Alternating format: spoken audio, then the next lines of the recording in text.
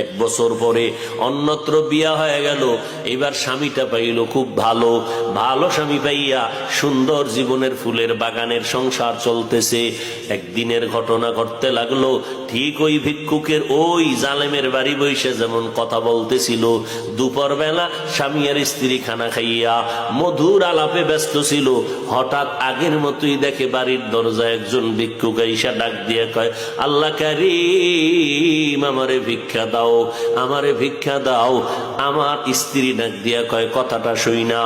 আমি আমার স্বামীকে বলতে বলতে যাবো, এর মধ্যে দেখি স্বামী কয়, বিবি কথা বন্ধ করে দাও, আমার ঘরে ভিক্ষুক আসে নাই, আল্লাহ পাকের একজন মেহমান এসে দাঁড়ায় গেছে, একটু সময় দেও, আমি মেহমানদের মেহমানদারি করাই।